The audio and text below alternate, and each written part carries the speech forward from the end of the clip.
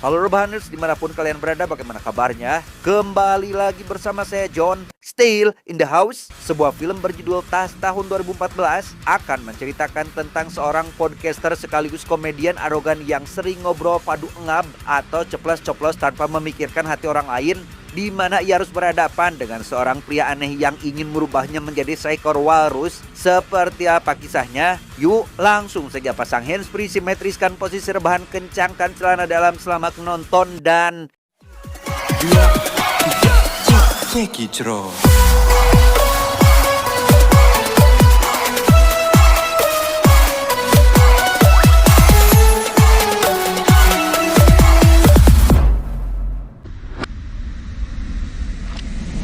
Kisah akan berfokus pada seorang komedian sekaligus podcaster terkenal bernama Wallace Brayton, kita panggil saja Bray, bersama dengan sahabat sekaligus rekan kerjanya bernama Teddy. Ia selalu membahas tentang hal-hal konyol yang dilakukan orang-orang aneh di sosial media, seperti yang sedang dilakukannya saat ini.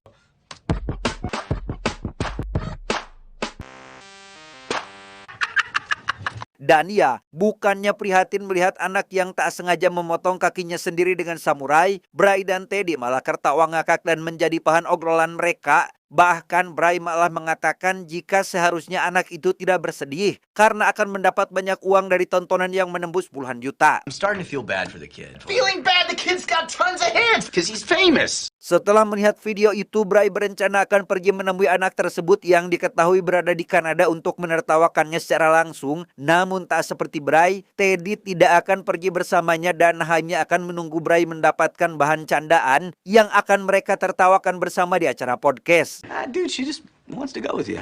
Yeah, everyone except Allie. Teddy mengatakan jika pacar Bray bernama Ellie tentu akan sangat ingin pergi menemaninya ke Kanada. Namun karena Bray tidak ingin nantinya Ellie mengacaukan pertemuannya dan menghalanginya untuk mendapat wanita baru di sana, ia pun lebih baik pergi sendirian saja. I can't be me if she's there. I also can't get roadhead if she's there either. Mendengar hal itu, Teddy sangat tidak setuju dengan pernyataan Bray yang seolah akan mengelingkuhi Ellie. Seolah menyembunyikan sesuatu dari Bray, Teddy terus membela Ellie dengan mengatakan jika Bray tak seharusnya berselingkuh dari wanita secantik Ellie. You're a fucking numbskull to cheat on someone that hot.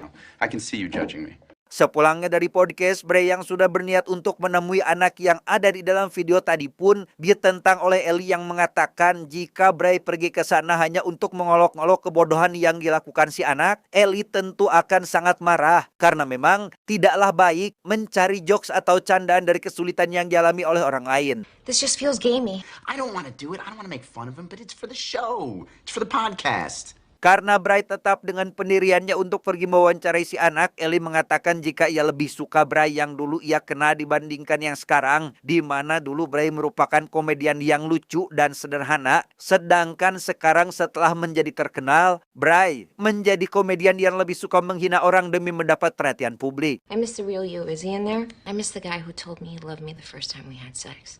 Singkat cerita, setelah mendapat izin dari Ellie, Bray akhirnya sampai di kediaman si anak. Namun sayangnya Bray sangatlah tidak beruntung karena ternyata si anak sudah meninggal karena bunuh yang diduga akibat tidak tahan dengan dirinya yang hidup dengan sebelah kaki. Dengan fakta tersebut, Bray memutuskan untuk pergi ke sebuah bar untuk mencari minuman kesukaannya. Di sana ia menghubungi Teddy untuk memberitahunya jika misi mereka telah gagal karena narasumber mereka sudah meninggal. Sehingga dengan penuh kekecewaan, Bray harus mencari tiket penerbangan pulang malam ini juga. Selesai menceritakan semuanya pada Teddy, Bray yang merasa kehampangan pun pergi ke toilet dan tak sengaja melihat sebuah selembaran yang ditempel di dinding, di mana selembaran tersebut menjanjikan pengalaman luar biasa dan cerita petualangan yang tidak akan terlupakan. Merasa menemukan bahan podcast baru, Bray langsung menghubungi nomor yang tertera, di mana ia yang baru mendapat info jika rumah pembuat tulisan itu ada di Bipros pun langsung menanyakan pada dua pelayan Indomaret yang sedari tadi terus scroll TikTok tidak memperdulikan adanya pembeli. How far is Bifrost from here? Bifrost? Shit, that's far. Setelah mengetahui jika jarak perjalanan yang harus ditempuh sekitar 2 jam, malam harinya Bray langsung pergi menuju lokasi menggunakan mobil sewaannya. Sesampainya di rumah besar yang berada jauh dari keramaian, Bray tak segan segera masuk dan menemui pemilik rumah. Hello. Good evening. Meskipun Bray bertingkah seperti tak pernah diajarkan tata krama oleh orang tuanya, si pemilik rumah yang bernama Howard tetap menyambut Bray dengan baik. Bahkan Howard yang jalannya sudah dibantu oleh kursi roda pun menyiapkan teh hangat agar suasana lebih santai lagi. All right, thank you. Di sana Bray dan Howard mulai mengobrol dan bercerita jika dulu Howard pernah menjadi seorang koki di salah satu kapal perang. Namun ketika sedang dalam obrolan itulah, Bray malah tertarik dengan sebuah botol alkohol tua langka yang terpajang di dinding yang membuktikan jika Howard memang pernah berkeliling dunia sebagai koki kapal. Well, it's just an old bottle. But... Yeah. So fucking cool. Tak hanya itu, Bray juga tertarik dengan sebuah hiasan dinding yang berada di depannya, yang mana menurut Howard itu bukan apa-apa melainkan hanya batang rudal seekor walrus terkenal Alaska bernama Osik yang ia dapatkan dulu ketika masih bekerja sebagai koki. Appreciate that. Walrus when I was lost at sea. Holy shit, did you find him? Dari cerita itu, Howard langsung teringat dengan masa lalunya ketika kapal yang ditumpanginya menabrak dinding es di Laut Hitam Rusia hingga lenyap tenggelam ke dasar laut, di mana Howard yang masih hidup pun terus berusaha berenang sampai terdampar di sebuah batuan besar di tengah laut. They all dead that lie. Discombobulated beyond belief. Sweet whistling Christ. Di sana Howard sangat terkejut karena ternyata ia tak sendirian, melainkan bersama dengan seekor walrus besar yang langsung menarik ke dekat tubuhnya seolah ingin membuat Howard tetap hangat. Sehingga karena kebaikan walrus tersebut, Howard pun memberinya nama Mr. Tas yang merupakan teman dekatnya sewaktu berada di kapal. Glorious, I was at utter peace. Dan ya, seketika Bray tersungkur tak sadarkan diri, ternyata Howard sudah menyampur minuman Bray dengan obat penenang yang belum diketahui apa maksud dan tujuan Howard sebenarnya. It'll be all right, Mr. Tusk. Singkat cerita, disinilah Bray sekarang berada di atas kursi roda dengan keadaan sangat lemah, di mana Howard yang berada di sana pun langsung memberi Bray minuman agar tenaganya segera pulih dan memberitahu jika tadi Bray pingsan karena seekor laba-laba beracun yang sudah telah menggigitnya. Oh shit, spider bit me? Where's my phone? Tak terlalu memperdulikannya, Bray justru menanyakan HP-nya yang entah di mana Howard menyimpannya. Namun menurut Howard, HP Bray tak sengaja terinjak hingga hancur oleh dokter yang kemarin merawatnya. Your ankle was the size of an elephant's leg. Oh my god! Melihat kaki kirinya sudah diamputasi karena katanya racun laba-laba itu membuat kakinya bengkak, Bray tentu sangat tidak percaya dengan apa yang baru saja terjadi kepadanya. Kebingungan karena Howard tidak membawanya ke rumah sakit, Bray mulai merasa aneh dengan semua omongan Howard yang semakin tidak masuk akal, sehingga Bray berusaha berdiri dan berniat untuk pergi, tapi tidak bisa karena ternyata Howard sudah mengikatnya di kursi menggunakan sabuk. Fall out of your chair, you see. Why? The bell just the spinal wears off. Setelah menjelaskan alasannya mengikat Bray, Howard langsung menyuruhnya untuk beristirahat agar kondisi dan tenaganya cepat pulih. Sementara Howard sendiri akan meninggalkannya dan mereka akan bertemu lagi nanti sewaktu makan malam. Sup at 6 sharp. Saat makan malam tiba, Bray mengatakan bahwa ia tidak dapat menggerakkan tubuhnya termasuk tangannya untuk makan, sehingga Howard dengan santainya menjawab jika kemungkinan itu karena efek dari morfin yang digunakan untuk menghilangkan rasa sakit di kakinya. It does tend to leave one a bit sleepy. I'm immobilized. Sadar bahwa Howard dari kemarin hanya mengarang cerita, Bray kembali menanyakan terkait laba-laba yang menggigitnya secara spesifik, di mana Howard dengan santainya menjawab semuanya dan malah menyanyikan lagu Itsy Bitsy Spider atau lagu klasik anak-anak yang membuat Bray seketika marah dan berteriak saat itu juga. And what's the spider out? Let me out of this chair, you fucking nutbag! Somebody out! Dari sini Howard mulai membuka jati dirinya yang asli, di mana ia menjelaskan jika akhir-akhir ini sedang menyelesaikan sebuah proyek pembuatan pakaian berbentuk walrus yang nantinya akan dipakai oleh Bray dan berharap Bray akan berubah menjadi walrus itu sendiri. Whilst in the walrus suit, there no sound of a human voice as a walrus.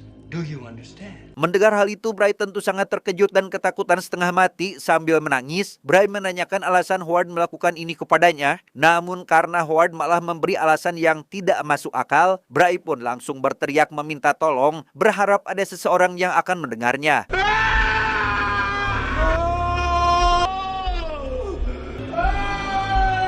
Di sisi lain, Ellie yang berada di Amerika dan khawatir dengan keadaan Bray pacarnya, tampak sedang menangis karena menganggap Bray berselingkuh dengan tidak mengabarinya berhari-hari. Namun tanpa diduga, di dasar kamar Ellie sedang berduaan dengan seorang pria yang ternyata adalah selingkuhannya. Bray yang saat itu sedang tertidur cukup terkejut ketika mendengar suara nada dering HP-nya berbunyi, di mana ia yang kemarin diberitahu oleh Howard jika HP-nya sudah rusak pun langsung mencari keberadaan HP-nya itu, tidak keburu mengangkat telepon yang ternyata dari Ellie. Bray pun langsung menelponnya kembali sebelum apa yang dilakukannya terlihat oleh Howard.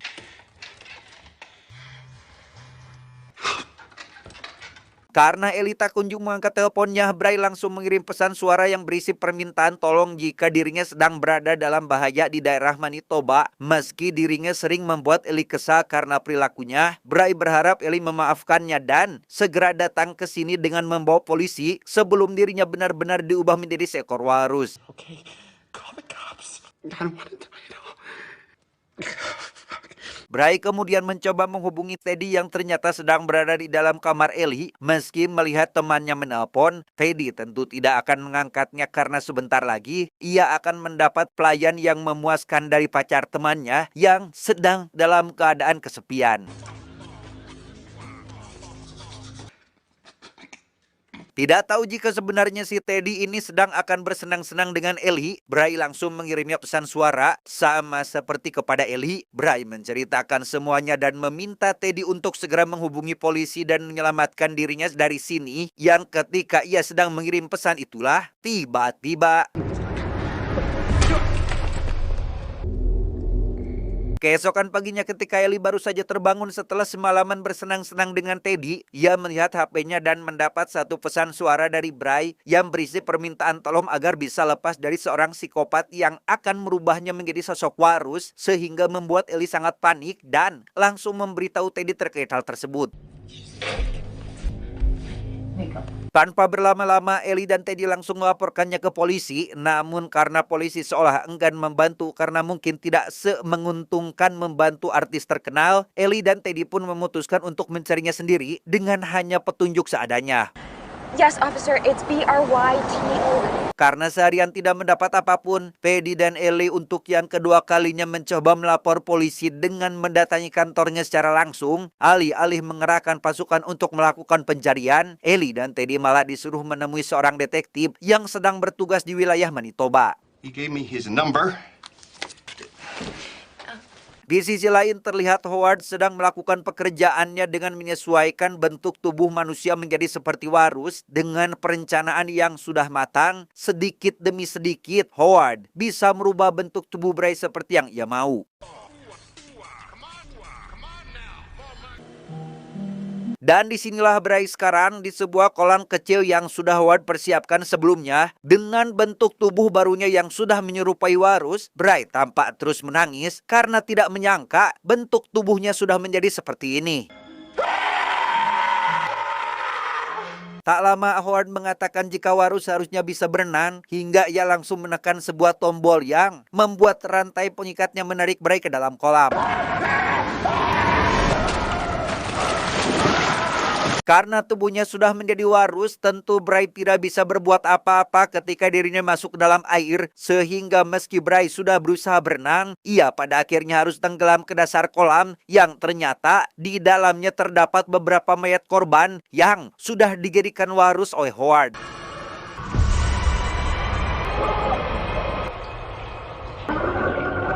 Sementara itu, Ellie dan Teddy yang masih sibuk mencari keberadaan Bray akhirnya bertemu dengan detektif yang disarankan oleh kepolisian bernama Detektif Guy. Ini orangnya bertahun-tahun bertugas di wilayah Manitoba. Detektif Guy hampir menghabiskan seluruh hidupnya untuk mencari seorang pembunuh berantai yang disinyalir sedang berada di wilayah ini. I've been hunting This elusive made of the flesh.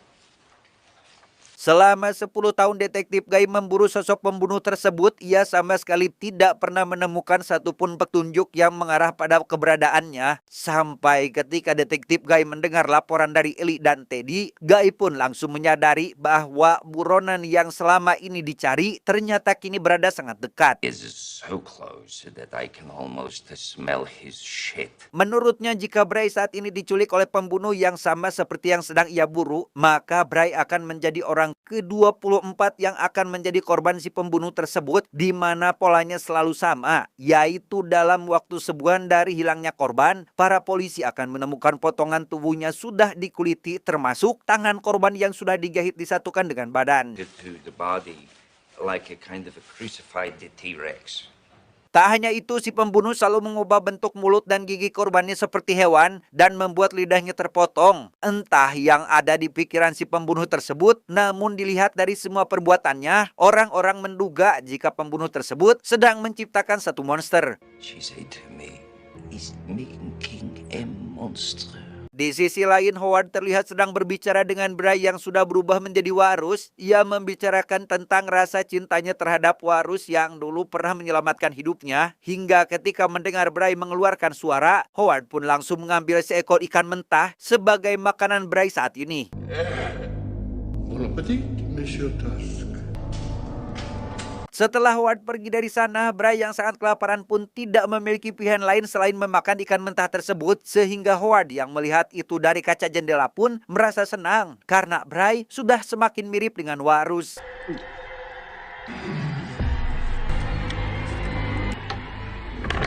Dibantu oleh detektif Guy, Ellie dan Teddy mencoba mencari jejak kepergian Bray dengan bertanya ke salah satu minimarket yang menjual minuman kesukaannya, di mana usaha mereka akhirnya terbayar setelah pelayan minimarket tersebut rupanya mengingat wajah Bray yang beberapa hari lalu pernah singgah membeli minuman. Mustache.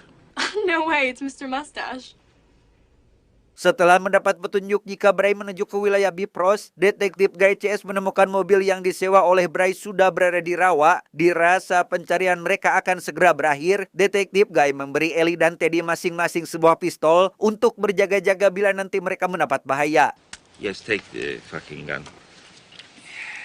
Kembali pada Bray, kini ia terlihat sedang diajari berenang oleh Howard dan sudah dianggap sebagai Warus kesayangannya yaitu Mr. Tusk, di mana ketika berenang itulah Howard teringat ketika dulu ia terdampar di atas bebatuan di tengah laut dan terpaksa harus menghabisi Mr. Tusk atau Warus yang sudah menyelamatkan nyawanya untuk dimakan sebagai caranya bertahan hidup. Until we ourselves return. Dan dari sinilah terungkap sebuah fakta bahwa alasan Howard selama ini menciptakan Mr. Tusk baru atau Warus dari orang-orang yang diculiknya adalah ternyata untuk menutupi rasa bersalahnya karena telah membunuh Warus yang telah menyelamatkan nyawanya sendiri, sehingga ketika Bray terlihat cepat belajar dan beradaptasi dengan bentuk tubuh barunya, Howard seolah memiliki kesempatan untuk mengulang masa lalu dan menebus dosa-dosanya. And if I truly brought out the walrus in you, you just might prevail. Salah satu cara untuk menebus dosanya dulu yaitu dengan memberikan kesempatan Mr. Tusk untuk bertarung dengan Howard. Namun entah apa yang ada di pikiran si Howard ini, ia juga memakai kostum Warus seolah ingin pertarungannya berjalan secara imbang. Tepat ketika Ellie dan yang lainnya berada dekat dengan rumah Howard, mereka mendengar suara teriakan Bray dari luar, sehingga tanpa berpikir panjang lagi, Ellie CS langsung menerobos masuk dan tak sengaja melihat ruangan jagal yang terdapat kaki Bray berada di sana. Mendengar suara Ellie dan Teddy yang terus berteriak memanggil-manggil namanya, Bray sadar jika sebentar lagi ia akan selamat. Namun Howard tak akan membiarkannya begitu saja, sehingga ia lantas membuka kostum Warusnya dan berniat akan menyerang, tetapi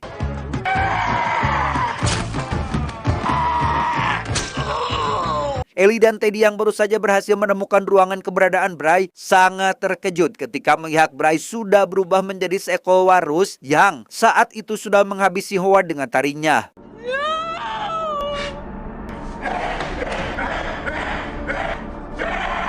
Ketika detektif Guy tiba di sana, ia pun sangat terkejut dengan apa yang Howard perbuat terhadap Bray. Ia yang merasa jika Bray hanya akan menderita jika dibiarkan hidup, memutuskan untuk menembak Bray di tempat, tetapi 1 tahun kemudian terlihat Teddy dan Ellie mengunjungi salah satu kebun binatang tua yang berada di Kanada sambil membawa ikan yang dibungkus oleh koran. Ellie lantas memanggil-manggil Bray dan melemparkan ikan tersebut ke depan sebuah kandang warus yang ternyata merupakan tempat tinggal Bray yang dibiarkan hidup sebagai warus seutuhnya. You don't have to hide from us, Wallace. Sempat tidak memperdulikan apa yang Teddy katakan, Bray akhirnya terlihat tidak bisa menahan air matanya ketika diingatkan tentang cerita Ellie dulu, di mana neneknya pernah mengatakan jika menangis itu merupakan hal biasa dan memang itulah yang membedakan manusia dengan binatang. I love you, Wallace.